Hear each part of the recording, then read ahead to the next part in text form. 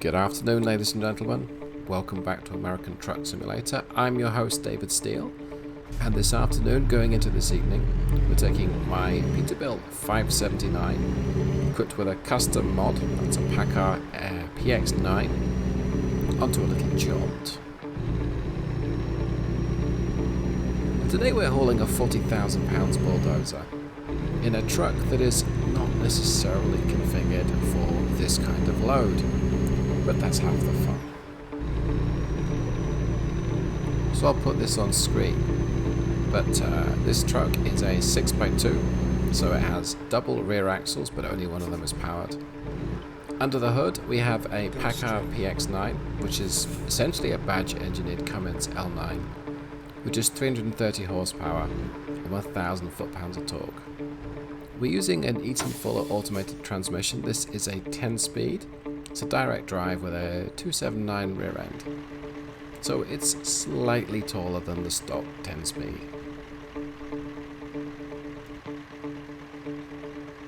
And yes, you'd be right in thinking that this is not really the ideal specification for hauling 40,000 pounds of bulldozer, but that's kind of half the point of today's trip.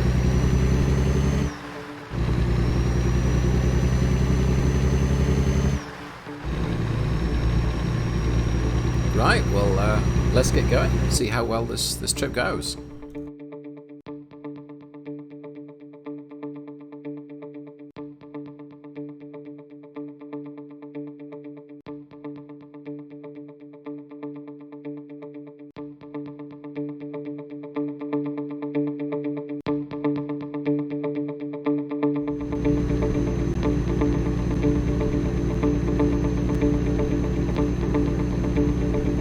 First thing I just want to talk about when it comes to this truck and this transmission is it's a good combination, but don't expect it to shoot the lights out. So your highest speed acceleration, especially with 40,000 pounds hanging out the back, is okay, and that's a little tenuous. It's not going to win a race, but that's not what this engine is all about. And second, if you're used to the Peterbilts with the Paccar MX series engines, the character of the PX9 is very different. Peak torque is from 1200 RPM and not 900 RPM, so you need to get used to revving it that little bit more. And that is almost certainly thanks to the heritage of the Cummins L9. I mean, this is essentially the same engine with a different badge and a few other OEM differences. And I'm using the stock sounds here, so you don't get any difference in the noise from the truck. But in terms of how it performs, it's probably closer to an iX12. Fuel consumption is the big advantage, and I've tuned it to work well with the automated transmissions. This particular gearbox seems to work pretty well with it. But partly as a concession to the limited power, I'm going to be restricting my cruising speed to 55 on this trip. The limit's going to be 65 through most of Montana. I'm not even going to try and reach that speed.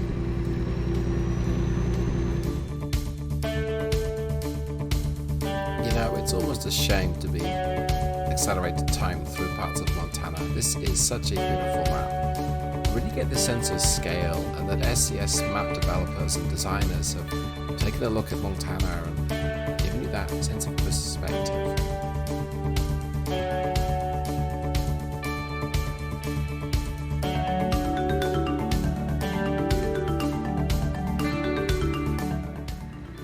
And here we are as we roll into Lewistown. It's just such a good experience. This is probably my favorite DLC map so far. There's still Texas to come. So observations so far about how well the PX9's going? Absolutely fine. Yes, you do feel like you've got to rev it out in ninth to get up to cruising speed, but once you're in top gear, this thing's perfectly fine. You do need to keep 1200 RPM on the tachometer if you really want to keep the thing going. But I knew this, and it's geared appropriately. This popped up on the display there, if I remember. the power and torque curve of this particular engine. So yeah, peak torque 1200 RPM all the way up to round about 1650, 1700 RPM, and then peak power is produced all the way up to the 2200 RPM governor. So if you're prepared to rev it, you've got enough go. Well, you can make the most of the power and torque that you've got. Hard to say you've got enough go with only 330 horsepower. Still, you're not going to win any shooting matches at the traffic lights. And I've yet to use this with an automatic transmission, which is potentially something I'll look at doing in the future.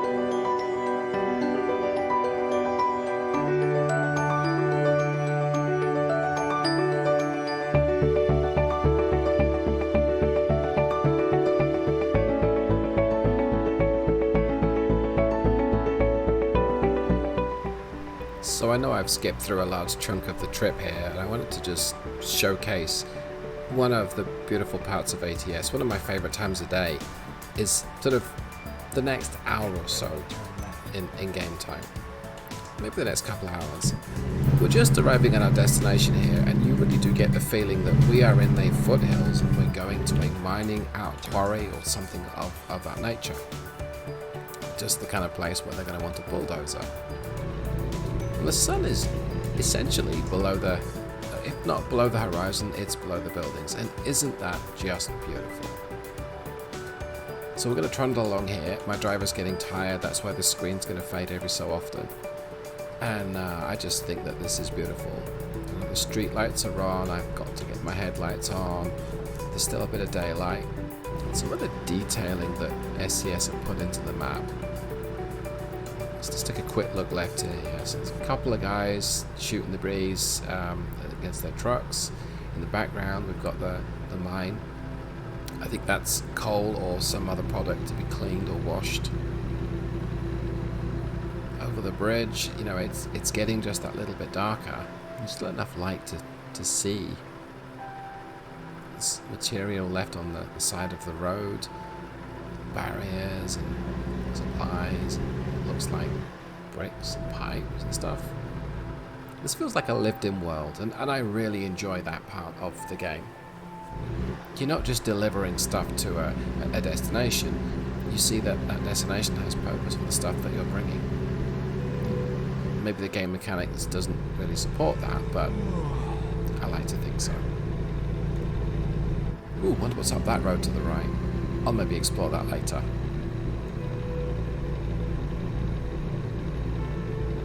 But back on topic before that squirrel moment. You don't just arrive at a destination, sometimes you have to actually travel inside the destination to where your load needs to go. There's a viewpoint here, I'll check that out later. And here is my destination, it's dead ahead, and I'm probably going to do the simple parking. I don't particularly want everyone here to watch me attempt to do the difficult parking again. Just coast down the hill and see where they want it.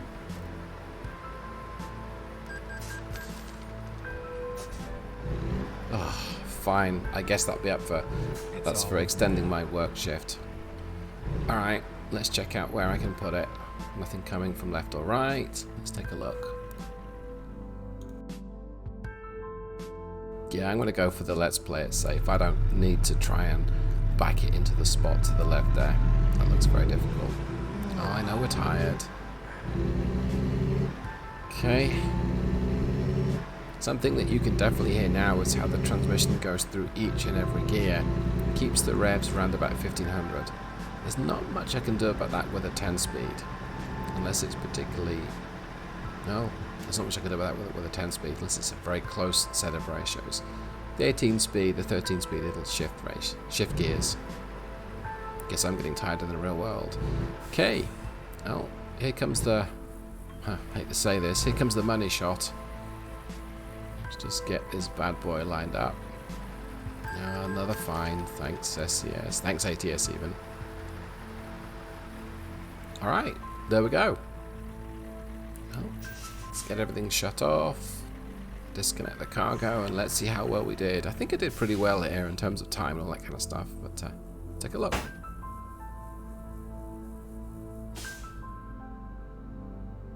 Okay, 542 miles. You weren't here for the whole trip. And 85 gallons, give or take. So that's about 6.5 miles per gallon. Not so bad. Well, hopefully you've enjoyed this trip or the second half of this trip. And you know what to do if you have. You can subscribe for more. You can check out the mod on the Steam Workshop. Together with the real Eaton Fuller transmissions. But most of all, thanks so much for watching and have a great day. Goodbye.